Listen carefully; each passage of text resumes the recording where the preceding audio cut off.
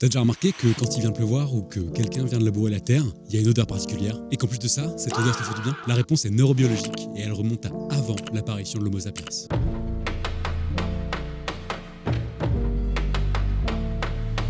Cette odeur a un nom que j'aime beaucoup, le pétrichor. Mais aujourd'hui, on va se concentrer sur une molécule qui le compose, la géomine. Elle est produite par des bactéries du sol, comme les streptomys, qui la libèrent au contact de l'humidité. Ces bactéries-là, elles existent depuis 400 millions d'années, c'est-à-dire avant les dinosaures.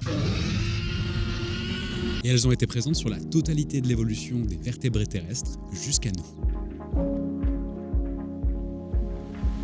Et pendant tout ce temps, l'odeur de la géomine dans l'air voulait dire quelque chose. Il flotte pas loin. Enfin pas loin, mais pas que. En réalité, c'est la molécule que ton nez capte le plus au monde. Ton système olfactif la détecte à partir de 5 parties par trillion.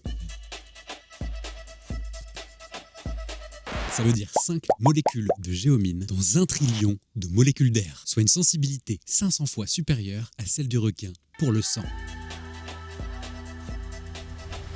On est d'accord, c'est plutôt stylé, mais concrètement, pourquoi ça te fait du bien? Parce que ça diminue ton anxiété. Voilà, abonne-toi. Bon, plus sérieusement, pourquoi physiologiquement ça t'apaise? Ton système olfactif, c'est avant toute chose développé pour trouver des ressources, et notamment en eau. Quand tu sens l'odeur du pétrichor, le signal va directement dans ton amygdale et dans ton hippocampe, c'est-à-dire les centres de ta mémoire émotionnelle. Et vu que pendant des centaines de milliers d'années, on n'avait pas l'eau courante, sentir cette odeur, c'était synonyme de survie. Alors la prochaine fois que cette odeur arrive à tes narines, profite.